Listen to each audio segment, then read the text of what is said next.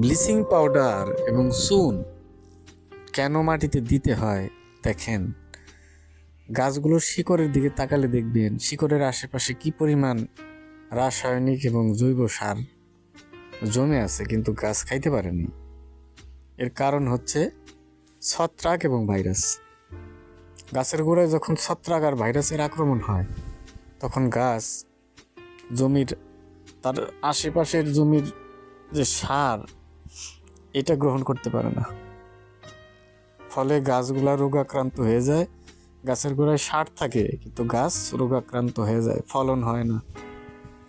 এজন্যে প্রতি শতকে 1 কেজি পাথর চুন এবং 100 গ্রাম হারে ব্লিচিং পাউডার মিশিয়ে প্রথম একটা চাষের পরে দ্বিতীয় চাষের আগে জমিটা একটু শুকিয়ে নিয়ে যদি আপনারা প্রয়োগ করেন, শতাংশে 1 কেজি পাথর চুন এবং 100 গ্রাম ব্লিচিং পাউডার, তাহলে এই যে দেখেন সারগুলা ঠিকই আছে কিন্তু গাছ খাইতে পারে নাই, গাছ রোগাক্রান্ত হয়ে গাছ ধ্বংস হয়ে গেছে, কিন্তু সার মাটিতে ওইভাবেই আছে। এর কারণ হইতেছে ছত্রাক এবং ভাইরাসের আক্রমণ। আপনি যখন এই মাটিতে চুন দেবেন, ব্লিচিং পাউডার দিবেন, মাটিটা শুকায় চুনটা মিশিয়ে দিবেন মাটির সাথে, এই ছত্রাক আর ভাইরাস দূর হয়ে যাবে।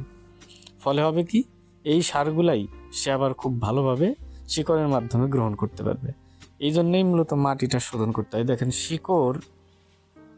শিকড়ের আশেপাশে দেখেন শিকড়গুলো পুষে গেছে একরকম মাটির নিচে, পচা অবস্থায় আছে। এই শিকড় দিয়ে সে কি করতে পারে না, খাবার গ্রহণ করতে পারেনি। অথচ এই শিকড়ের আশেপাশে কি পরিমাণ গোবর, আপনার খোল, টিএসপি, পটাশ, ইউরিয়া কত কি দিছে, কিন্তু গাছ খাবার খাইতে পারেনি। এই জন্যেই আমাদের এই মাটিটা শোধন করে নিতে হবে অবশ্যই।